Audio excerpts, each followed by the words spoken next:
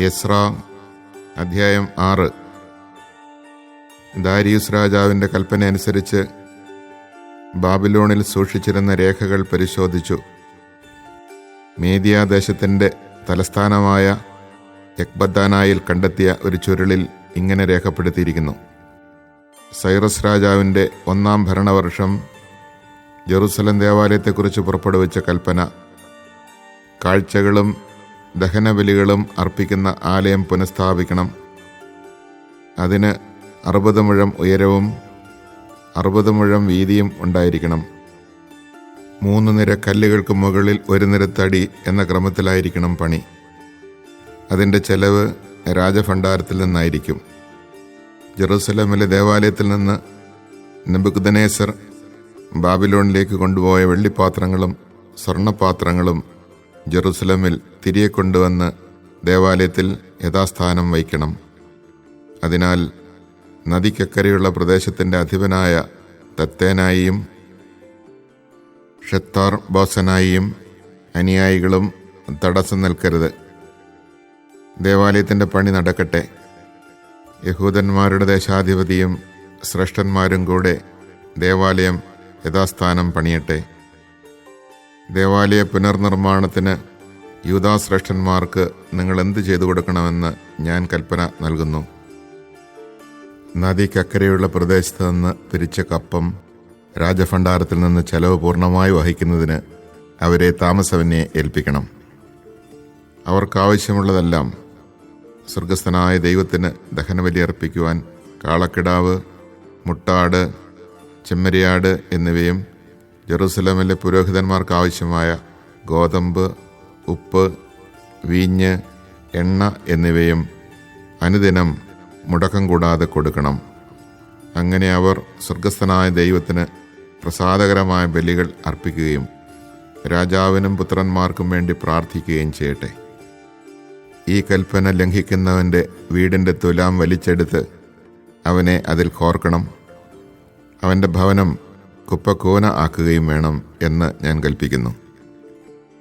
ഈ കൽപ്പന ലംഘിക്കുകയോ ജെറുസലേമിലെ ദേവാലയം നശിപ്പിക്കാൻ ശ്രമിക്കുകയോ ചെയ്യുന്ന രാജാക്കന്മാരെയും ജനങ്ങളെയും തൻ്റെ നാമം അവിടെ സ്ഥാപിച്ച് ദൈവം നശിപ്പിക്കട്ടെ. ഞാൻ ദാരിയൂസ് പുറപ്പെടുവിക്കുന്ന കൽപ്പന ഇത് ശ്രദ്ധാപൂർവം നിറവേറ്റണം. ദാരിയൂസ് രാജാവിൻ്റെ കൽപ്പന നദിക്കക്കരെയുള്ള ദേശത്തിൻ്റെ അധിപതികളായ തത്തേനായിയും ഷെത്താർബസനായിയും അനുചരന്മാരും സുഹൃത്തുക്കളും ശുഷ്കാന്തിയോടെ അനുവർത്തിച്ചു. പ്രവാചകന്മാരായ ഹഗായി, ഇദ്ദോയുടെ മകൻ സഖറിയ എന്നിവർ ആഹ്വാനം ചെയ്തതനുസരിച്ച് യൂദാശ്രേഷ്ഠന്മാർ പണി ത്വരിതപ്പെടുത്തി. ഇസ്രായേലിൻ്റെ ദൈവത്തിൻ്റെ കൽപ്പനയും പേർഷ്യ രാജാക്കന്മാരായ സൈറസ്, ദാരിയൂസ്, അർത്താക്സർക്സസ് എന്നിവരുടെ ആജ്ഞകളും അനുസരിച്ച് അവർ പണി പൂർത്തിയാക്കി. ദാരിയൂസ് രാജാവിൻ്റെ 6-ാം ഭരണവർഷം ആദാർ മാസം 3-ാം ദിവസം ആലയം പൂർത്തിയായി. പുരോഹിതന്മാരും ലേവ്യരും മടങ്ങിയെത്തിയ മറ്റ് പ്രവാസികളും ഉൾപ്പെട്ട ഇസ്രായേൽ ജനം അത്യാഹ്ലാദപൂർവ്വം ദേവാലയത്തിൻ്റെ പ്രതിഷ്ഠാകർമ്മം ആഘോഷിച്ചു. ദേവാലയ പ്രതിഷ്ഠയ്ക്ക് അവർ 100 കാളകളെയും 200 മുട്ടാടുകളെയും 400 ചെമ്മരിയാടുകളെയും ബലിയർപ്പിച്ചു. ഇസ്രായേൽ ജനത്തിനു വേണ്ടി ഗോത്രങ്ങളുടെ എണ്ണമനുസരിച്ച് 12 മുട്ടാടുകളെ പാപപരിഹാര ബലിയായും അർപ്പിച്ചു. മോശയുടെ ഗ്രന്ഥത്തിൽ എഴുതിയിരിക്കുന്നതനുസരിച്ച് ജെറുസലേമിൽ ദൈവശുശ്രൂഷ ചെയ്യാൻ പുരോഹിതന്മാരെ ഗണമനുസരിച്ചും ലേവ്യരെ തവണയനുസരിച്ചും നിയമിച്ചു. തിരിച്ചെത്തിയ പ്രവാസികൾ 1-ാം മാസം 14-ാം ദിവസം പെസഹ ആചരിച്ചു. പുരോഹിതന്മാരും ലേവ്യരും ഒരുമിച്ച് തങ്ങളെ തന്നെ ശുദ്ധീകരിച്ചു. ശുദ്ധരായി തീർന്ന അവർ തങ്ങൾക്കും സഹപുരോഹിതന്മാർക്കും പ്രവാസത്തിൽ നിന്നും മടങ്ങിയെത്തിയ എല്ലാവർക്കും വേണ്ടി പെസഹ കുഞ്ഞാടിനെ കൊന്നു. പ്രവാസത്തിൽ നിന്നും മടങ്ങിയെത്തിയ ഇസ്രായേല്യരും ഇസ്രായേലിൻ്റെ ദൈവമായ കർത്താവിനെ ആരാധിക്കാൻ തദ്ദേശവാസികളുടെ മ്ലേച്ഛതകളിൽ നിന്നൊഴിഞ്ഞ് അവരോട് ചേർന്നവരും അത് ഭക്ഷിച്ചു. പുളിപ്പില്ലാത്ത അപ്പത്തിൻ്റെ തിരുനാൾ അവർ 7 ദിവസം സന്തോഷപൂർവ്വം ആചരിച്ചു. കർത്താവ് അവരെ ആഹ്ലാദഭരിതരാക്കുകയും ഇസ്രായേലിൻ്റെ ദൈവത്തിൻ്റെ ആലയം നിർമ്മിക്കുന്നതിൽ സഹായിക്കാൻ അസീറിയ രാജാവിൻ്റെ ഹൃദയം അനുകൂലമാക്കുകയും ചെയ്തു. Chapter 6. Thereupon King Darius issued an order to search the archives in which the Babylonian records were stored away, and in Ecbatana, the stronghold of the province of Media, a scroll was found containing the following text. Memorandum: In the first year of King Cyrus issued a decree. The house of God in Jerusalem. The house is to be rebuilt as a place for offering sacrifices and bringing burnt offerings. Its height is to be 60 cubits, and its width 60 cubits. It shall have 3 courses of cut stone for each one of timber. The costs are to be borne by the royal palace.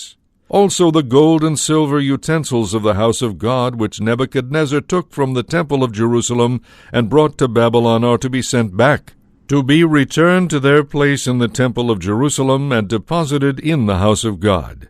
Now therefore Tattenai, governor of west of Euphrates, and Shethar-Bozenai, and you, their fellow officials in west of Euphrates, do not interfere in that place. Let the governor and the elders of the Jews continue the work on that house of God. They are to rebuild it on its former site. I also issue this decree concerning your dealing with these elders of the Jews in the rebuilding of that house of God.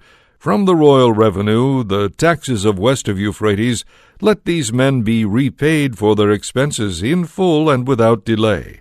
Whatever else is required, young bulls, rams, and lambs for holocaust to the God of heaven, wheat, salt, wine, and oil, according to the requirements of the priests who are in Jerusalem, is to be delivered to them day by day without fail, that they may continue to offer sacrifices of pleasing odor to the God of heaven, and pray for the life of the king and his sons. I also issue this decree: if any man violates this edict, a beam is to be taken from his house, and he is to be lifted up and impaled on it, and his house is to be reduced to rubble for this offense. And may the God who causes his name to dwell there overthrow every king or people who may undertake to alter this or to destroy this house of God in Jerusalem. I, Darius, have issued this decree. Let it be carefully executed. Then Tattenai, the governor of west of Euphrates, and Shethar-Bozenai, and their fellow officials, carried out fully the instructions King Darius had sent them. The elders of the Jews continued to make progress in the building, supported by the message of the prophets Haggai and Zechariah, son of Iddo. They finished the building according to the command of the God of Israel, and the decrees of Cyrus and Darius, and of Artaxerxes, king of Persia. They completed this house on the 3rd day of the month Adar, in the 6th year of the reign of King Darius. The Israelites, priests, Levites, and the other returned exiles celebrated the dedication of this house of God with joy.